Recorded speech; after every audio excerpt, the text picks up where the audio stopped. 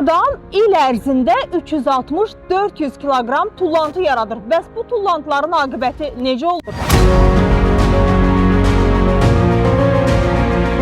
Bakı şəhərində gündəlik yaranan bərk məişət tullantılarının təxminən 2300-2500 tonu Təmiz Şəhər Açıq Səhmdar Cəmiyyətinin təsərrüfat sahələrinə gətirilir. Gördüyünüz kimi bu hücrəyə yalnız kağızlar düşür, bura pet butulkalar düşür, digər hissəyə karton düşür. Çeşidlənmə prosesindən sonra təkrar emal üçün yararsız olan tullantılardır.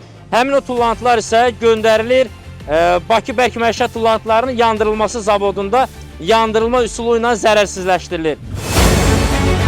Və təsəvvür edin, 30 milyon manat dəyərindən çox tullantı bugün xarici ölkələrə xam mal kimi ixrac olunur.